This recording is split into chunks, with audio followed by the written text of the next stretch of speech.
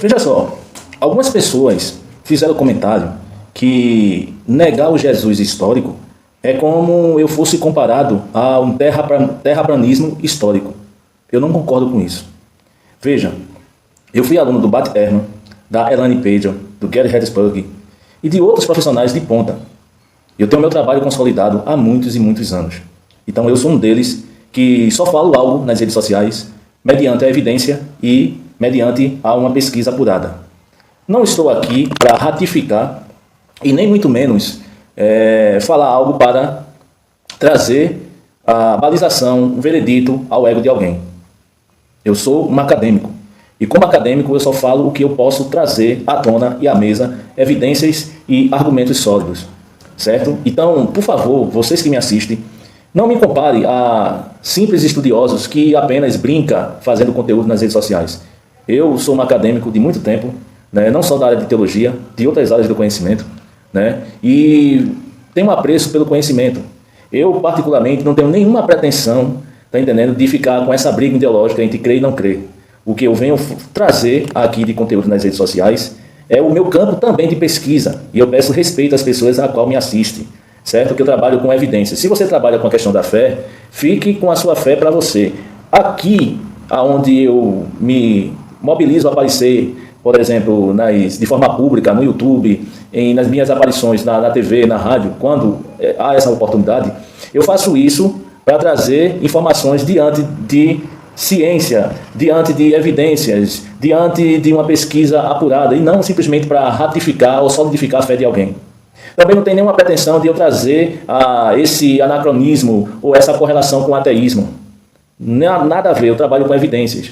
A questão de ateísmo ou teísmo, eu deixo essa briga para vocês, certo? Eu sou um agnóstico, mas eu não me foco nisso, entende? A minha questão é pesquisa, eu não tenho nenhuma pretensão de ficar com essa briga nas redes sociais entre crer e não crer. Eu trago questão acadêmicas aqui. Então, por favor, não me misture com várias pessoas que fazem conteúdo nas redes sociais a respeito disso.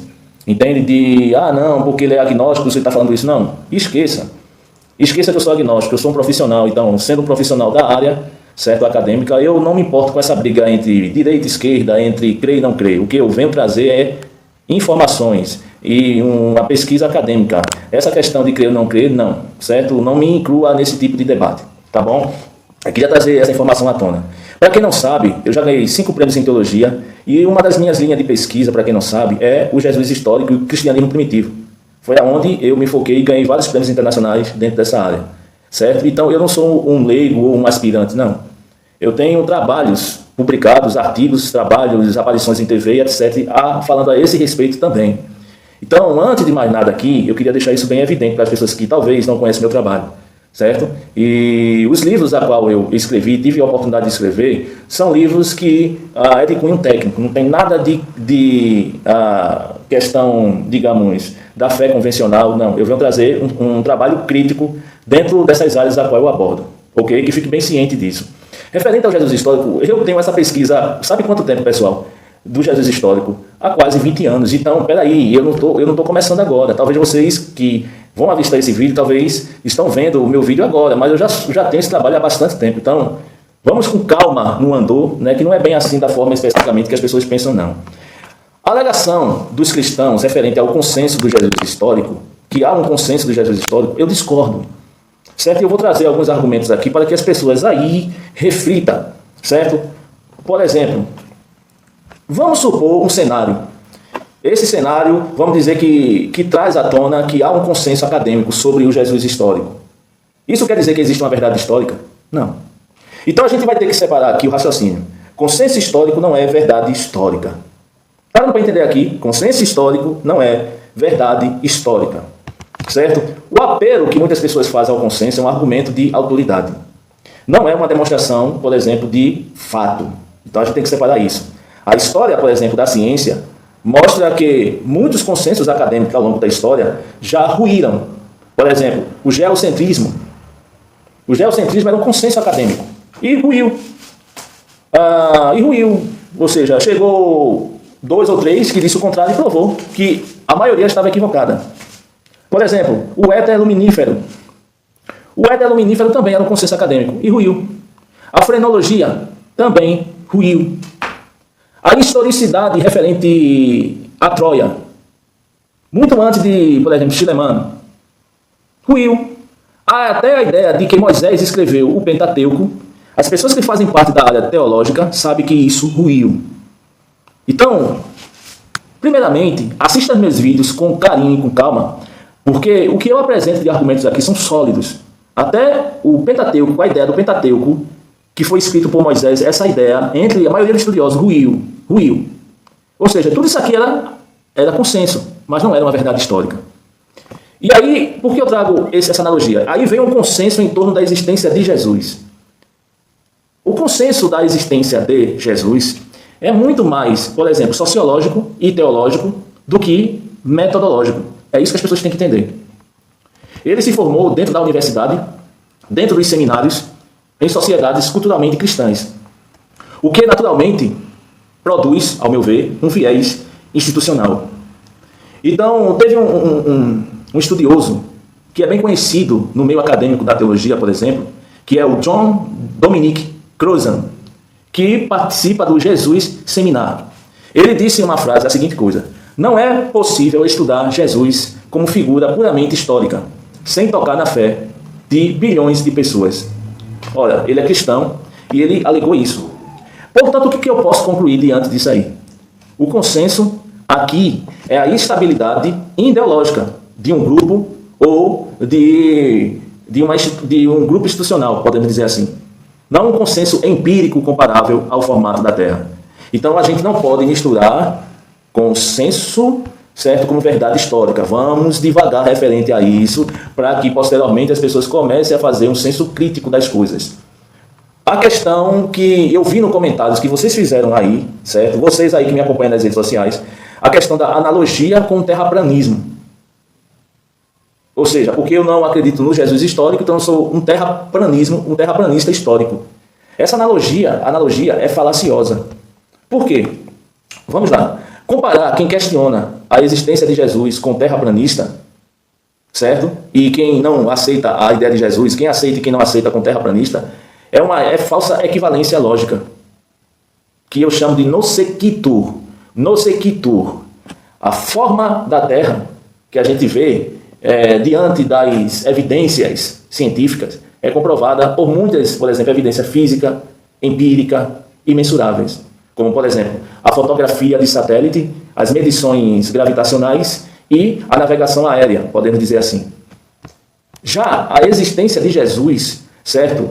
A existência de Jesus é uma hipótese que fique bem evidente aqui que eu estou falando, histórica interpretativa, que é muito baseada em textos religiosos, que é escrito décadas após os supostos eventos, sem nenhum registro contemporâneo independente, nem provas arqueológicas ou epigrafia diretas.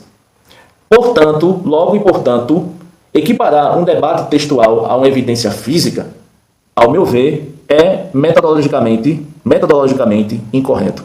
Certo? Eu queria deixar bem evidente isso aqui para vocês. Ok? Outro ponto importante que eu vi nos comentários foi feito por vocês aqui. Eu estou comentando o que vocês comentaram aqui sobre o Jesus histórico. Certo? Se esse argumento de consenso tem fundamento. Não. Ao meu ver, esse argumento de consenso como verdade histórica, me desculpe, é falácia. A maioria, eu vi o comentário assim, a maioria absoluta dos historiadores aceita que Jesus existiu. Então, se você não fala a mesma coisa, Rafael Nascimento, que Jesus existiu, você é um terraplanista histórico. Não é isso? Aí vem a pergunta que eu faço aqui. Porque a maioria absoluta dos historiadores, eles aceitam que Jesus existiu. Sim, eu vou alegar aqui, particularmente aqui para todos vocês, que sim, a maioria aceita que Jesus realmente existiu, a maioria dos historiadores. Não pela, podemos dizer, razões que o público imagina. Sim, eles partem, podemos dizer assim, do princípio da plausibilidade. Se fala tanto de Jesus, não só entre alguns historiadores do primeiro século, não só entre os apóstolos, a narrativa religiosa, não só referente a religiões que saem da mesma raiz abraâmica. Então, há uma plausibilidade, um princípio de plausibilidade que diz que Jesus pode ter existido sim. Mas essa alegação, ela não é feita por conta de provas factuais, certo? Ela é feita pelo princípio da plausibilidade. Ou seja, dado que havia um movimento cristão no século I, é plausível supor um fundador histórico. Não que isso seja comprovado, mas é plausível. Mesmo aqui, eu digo aqui com, como é que eu posso dizer? Eu digo isso com propriedade. Por quê? A pessoa que eu vou falar agora foi meu professor no passado. Mesmo que o Bat Ehrman, que é um dos maiores estudiosos do mundo, que foi meu professor no passado, que ele, inclusive, defende a existência histórica de Jesus, admite. Ele afirmou isso. As evidências são escassas e são frágeis. A alegação do meu ex-professor Bat Ehrman. As evidências são escassas e frágeis. O que temos são ecos das tradições, por exemplo, orais e textos teológicos. Isso ele alegou, sabem que, se você ler o livro dele, Jesus existiu ou não existiu, certo? Que ele lançou em 2012, ele alega isso nesse livro. Então, o que eu estou apresentando aqui para vocês, certo? São informações que eu lido com isso há muitos anos. O Bat Ehrman foi meu professor, Elaine Pedro também foi, Kelly King também foi, Gary Harrisburg também foi. Então, assim, eu tive professores bons ao longo do meu caminhar, certo? Pessoas que são os melhores, de ponta. Eu procurei estudar com eles porque eu queria ser também um indivíduo que fizesse parte desse movimento de ponta. Eu procurei estudar com os melhores, certo? Então, o Bat Ehrman, que as pessoas tanto alegam aí nas redes sociais, certo? Ele foi meu professor, então eu posso dizer especificamente sobre isso. Tá entendendo? E quando eu fui aluno dele, eu debatia com ele constantemente. Não era pouco, não era constantemente. Entende? Porque eu discordava de muita tese dele, velho. Entende? De muitas alegações dele eu discordava, porque ele vinha mais pela plausibilidade e não pela comprovação real e factual. Então vamos lá continuar essa questão, certo? Historiadores como Thomas Thompson, Thomas Brody, Robert Price, Richard Carrier, todos esses historiadores que eu citei aqui argumentam categoricamente que as narrativas cristãs são mitificações literárias e não biografias históricas, ou seja, literal. São mitificações. Ou seja, o dito consenso que muitas pessoas alegam sobre, por exemplo, Jesus histórico, não vem de evidências diretas, eu estou sendo honesto aqui, mas de um princípio de conveniência interpretativa. É mais simples supor que existiu alguém chamado Jesus do que ter uma prova factual para demonstrar isso. Certo? E aí vem o argumento que eu escutei em WhatsApp, porque tem muitas pessoas que vêm ao meu encontro para conversar comigo a respeito, e pessoas que fizeram comentários, certo? No meu canal no YouTube, que basicamente a alegação dessas pessoas que são alguns estudiosos, pseudo-estudiosos, pseudo-professores, vieram comentar a respeito sobre isso. Veja a alegação. A alegação que eles disseram foi o seguinte: negar a existência de Jesus é como negar a de Sócrates também, certo? Ou seja, para quem não sabe, Sócrates foi um filósofo e não tem uma comprovação factual da existência de Sócrates. E as pessoas estudam a ideia supostamente de Sócrates dentro da filosofia. E hoje temos, segundo os estudiosos cristãos, mais prova da existência de Jesus do que a de Sócrates. Então, por isso que veio esse comentário, certo, a respeito de que negar a existência de Jesus é como negar a existência de Sócrates. Certo? Será isso uma analogia plausível, como fizeram no campo comentário a mim? Ao meu ver, esse comentário que fizeram, certo? É um comentário, ao meu ver, enganoso. Eu vou dizer o porquê. Sócrates é citado por 3 autores contemporâneos também, independentes, como Platão, como Xenófono e como Aristófanes. Então, Sócrates também tem citações de outros filósofos que realmente ele tem existido. Nenhum deles o trata como figura divina, diferente de Jesus. Certo? Então, aqui está um ponto, aqui está um ponto muito forte. Os ditos cristãos alegam que Jesus foi um ser divino. Certo? E isso parte do lado da fé. Porque se você for por questões, por exemplo, materialistas, por exemplo, e evidências históricas, você não vai ter essa ideia aí. Então, nenhum deles o trata como figura divina, mas como um homem comum, com traços de personalidade, ironia, relações sociais verificáveis e a ambientação histórica. No caso da figura de Jesus, não há um testemunho, certo, contemporâneo direto, nem autor que o tenha conhecido. Os evangelhos, por exemplo, são fontes anônimas, redigida entre o ano, por exemplo, o ano 40 e o ano 70, após supostos eventos e já teologicamente formatados, podemos dizer assim. Então, os textos externos, como por exemplo, que é citado por alguns teólogos cristãos, assim, podemos dizer, que é o de Joséfo, do de Tácito, o de Suetônio, o de Plínio, por exemplo, não são contemporâneos nem testemunhais. E muitos estudiosos reconhecem, dentro dessas alegações sobre a evidência de Jesus, por exemplo, reconhecem que existe não só interpolação ou dependência de fontes cristãs para trazer esse argumento como veredito.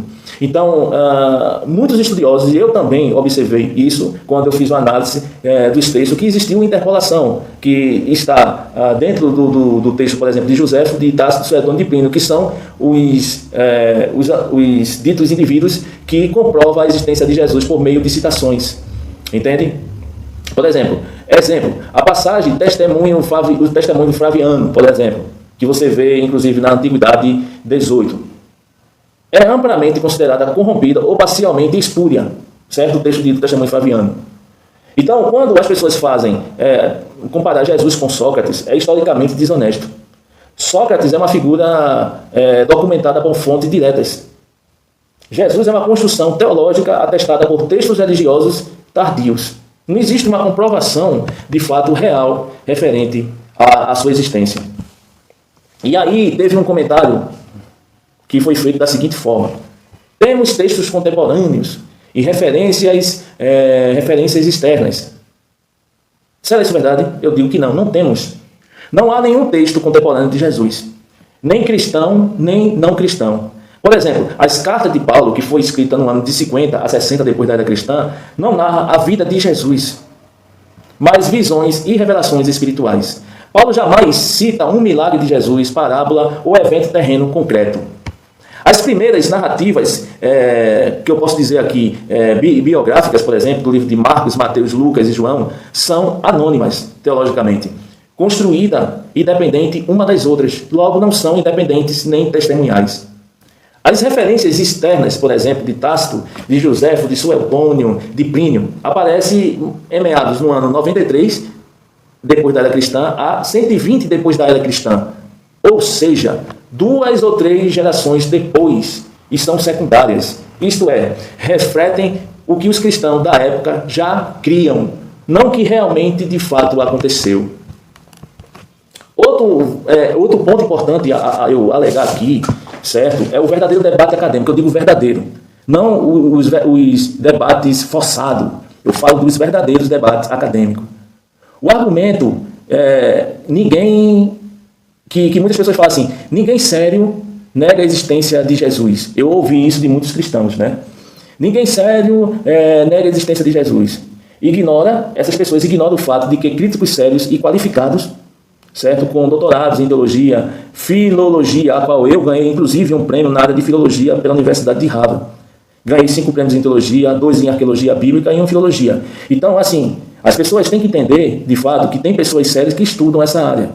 Entende? Não aquelas pessoas apenas que acreditam cegamente e usando também a fé junto com a questão das evidências e da pesquisa acadêmica. Elas usam a fé também para trazer à tona determinada informação, certo? Mas tem pessoas que só usam a questão do racionalismo, do materialismo, das evidências concretas. E eu tenho que ser honesto referente a isso aí. Então, críticos sérios e qualificados, com doutorados em teologia, pessoas qualificadas, já o fazem isso constantemente, como eu já falei. Thomas Buddy, certo? Richard Carrier, Robert Price, Thomas Thompson. Esses autores que eu estou alegando aqui não são terraplanistas, como foi feito em comentários aí que eu vi, certo? Mas historiadores, filólogos, que questionam a confiabilidade metodológica do modelo tradicional, que é apresentado pelos cristãos. Então, o verdadeiro debate as fontes cristãs são suficientes para testar a existência de uma pessoa real chamada Jesus? Ou, eu coloco isso para vocês, ou apenas a fé da comunidade primitiva. Porque aí eu estou dizendo assim, a fé da questão da comunidade primitiva e as provas factuais, entendeu? Sobre o Jesus. Tá dando para entender o que eu quero dizer aqui, pessoal? Então, o que a gente pode concluir diante disso? Negar Jesus é terraplanismo histórico, como foi feito na alegação aí pelo internauta? Não, é falsa equivalência. Trata-se de hipótese textual, não de fato físico e histórico. Outro ponto, a maioria dos historiadores crê que ele existiu. Isso aí, para mim, é um argumento de autoridade. O consenso é sociológico e não empírico. Há textos, por exemplo, contemporâneos? Não há. Todos são posteriores e teológicos. Negar Jesus é como negar a Sócrates, por exemplo, como foi feita essa analogia por muitos aí nas redes sociais. Analogia, ao meu ver, inválida. Por quê? Porque Sócrates tem testemunhos diretos, Jesus não. Certo? Simples assim. Então, esse consenso que Jesus existiu, me desculpe, isso daí é falácia. É simplesmente falácia. Certo? É muita falácia. Então, eu simplesmente estou sendo honesto aqui, né? Porque eu trabalho com questão de evidência. Se você quer usar fé, então você não venha para o meu canal. Eu aconselho isso. Se você quer usar fé, não venha para o meu canal. Acredite em Jesus e acabou-se. Agora, o meu canal aqui é um canal de crítica, certo? De crítica histórica, de histórico-crítica, de questão de filologia, de análise gramatical. Eu estou falando de questão científica aqui, antropológica também, científica. Aqui não tem nada de fé. Eu falo da religião dentro de um aspecto técnico, não tem nada a ver especificamente com fé aqui. Está dando para entender? E se eu discordo de algumas pessoas aí nas redes sociais, seja ateus, sejam crentes, eu discordo dentro da perspectiva histórica. Certo? Como eu apresentei recentemente das falhas do Fábio Sabina e do chileno Gomes aí, que está aí na rede social. Certo? Sem fundamento nenhum que eles alegam. Totalmente equivocado. Só que eu parto sempre do princípio racional e não dos aspectos da fé. Entendeu? Então, assim, estou sendo o mais honesto possível aqui com as pessoas que me assistem. Tá bom? Um abraço a todos e uma boa noite a todos.